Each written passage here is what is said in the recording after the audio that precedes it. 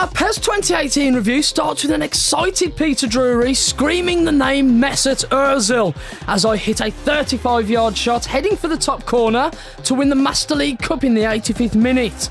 De Gea springs to life like a cat and tips the ball for a corner. I decide to take my chances and go all-out attack and pack the box for what could be my final chance to score against a dominant opponent. Sanchez whips in the ball, it's cleared, but falls to the one person I'd want on the ball. Mesut Ozil, Peter Drury yells for the second time in as many minutes as it hits a 30-yard belter.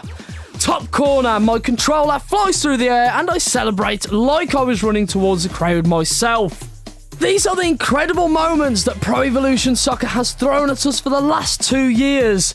This season adds to those moments with even more possibilities, including additional tactics that can change the outcome of any match. As you first boot up PES 2018, we're treated to a mini trailer on what we can expect as we get into a game. We started our playthrough with our favourite feature from the series, Master League. The first thing you'll notice is the presentation is slightly enhanced. It's smarter and easier to navigate through various options. A bigger focus has been made on the management side of the mode, making it more of a challenge to keep your player morale high and your wage budget low. Slight changes have been made to the way you conduct transfers. Attempting to approach a player for his services can be slightly annoying at times as you can't actually implement your own bid. Instead, your digital agent will do it for you. This can lead to many rejections, unfortunately. That said, it doesn't slow any momentum from Master League being a true showcase of PES 2018. For those who love 2017's edition, you will once again find a year's worth of enjoyment in its latest improvements. On the pitch, the game continues to dominate. The sheer fluidity of the play as you move the ball up and down the pitch with smooth passing and realistic player movement is an experience to behold. Those subtle little pace changes make each match unpredictable. The first time you see the likes of Alexis Sanchez skillfully dance his way through the defence, or the strength of Paul Pogba extending his arms to push his way in between two defensive midfielders to create himself some space for a perfectly executed through ball will give you goosebumps. PES really focuses on player stats. I would instantly recognise who was on the ball by their skill set and attributes. This is what the series excels at, making players feel individual rather than a name tag, and ensuring you think of that particular player's capabilities before the next move. For example, N'Golo Kanté can pick a pass from anywhere on the pitch, but if you try a 30-yard screamer with him, it'll probably end up in the car park. This adds a smart strategy to the way you approach each match, and it's a better game for it. PES has created a balance between playing a great football game with 11 individual players while still making it a fun experience. The AI plays a huge part in the outcome of each match. The higher the difficulty, the easier it is to get picked apart with a reckless pass or a slightly mistimed through ball. And as a Walsall FC fan, this is already something I'm used to seeing. Once again, this is what separates PES from its competitors. It makes you think about your next move. It challenges you to play football rather than just hitting the ball, as well as a series of buttons to get from one end of the pitch to the other.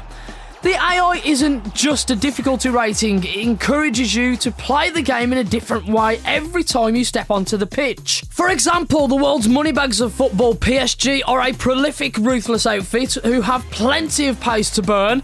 This changed my method of play from an attacking formation with 3 up front and 2 attacking midfielders to a more defensive approach with 2 defensive midfielders and a flat back 4. This alteration worked well for the majority of the game, but when you have a skilled Argentinian in the way of Angel Di Maria, who can quickly turn on the burners in the 89th minute, teamed with possibly the best Brazilian striker of the last decade in the way of Neymar, you have little chance of keeping them at bay for the entire game. Football has held the title of the beautiful game for many years now, and Konami's Fox engine has made it look even more beautiful than ever before. There are also some new stadiums added this year. The likes of Camp Nou, Anfield and Signal Iduna Park look better than ever before and feel more atmospheric. The addition of Atletico Madrid's new stadium, Wanda Metropolitano, is also visually breathtaking. The lighting in itself is something to behold, especially during evening matches where the beam of the floodlights fill the stadium as the camera pans to see a star-glistened night sky, or as the sun brightly lights up the ground, causing roaming shadows whilst your players move around the pitch. Player likenesses have also improved, not quite to the level of NBA 2K, but certainly to new heights for a football game. Marcus Rashford's baby face is as lifelike as you'll get in a video game, even the likes of Andy Carroll's 6-foot figure towering over the defence, noticing his ponytail shifting with every movement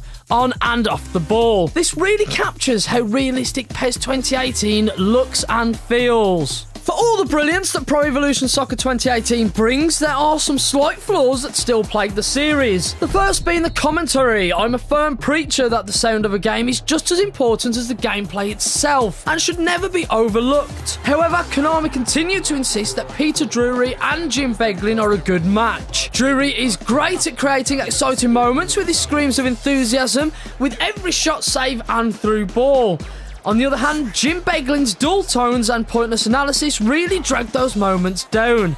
The script work is fairly short compared to FIFA's Martin Tyler and Alan Smith, which can get tedious after your first 5 matches. Another small annoyance is the occasionally laughable, inconsistent goalkeepers. This has been a recurring problem for this series. Hopefully we'll see that worked on in next year's entry. So here's the verdict. With a subtle improvement on last year's entry, PES 2018 is almost a complete football sim that captures the true realism of the beautiful game. The inclusion of Real Touch Plus makes every pass, cross and shot meaningful, as well as impactful.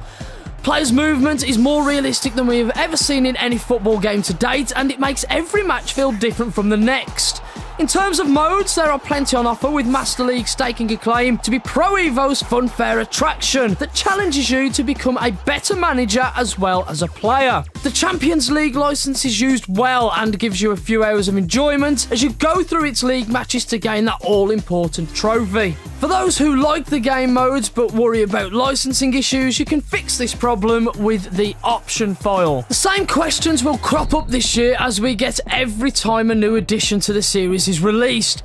Is PES better than last year's? My answer is yes. There are no revolutionary changes this year, but those small tweaks have made a more complete experience. Is it better than FIFA? Well, we'll have to wait and see, but judging on my earlier playthrough of FIFA 18, it's certainly a close battle this year. And finally, is it the best football game? The answer is almost. This is the closest we've come to perfection in any football game yet.